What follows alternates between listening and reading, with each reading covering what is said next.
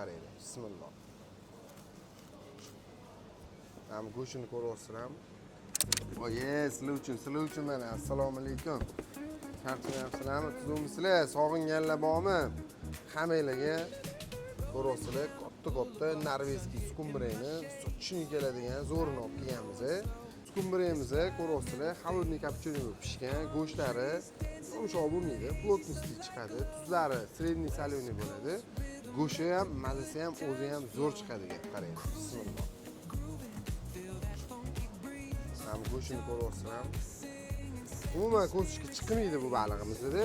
Bu balig'imizning 1 kilosini narxi bizda 180 ming so'm.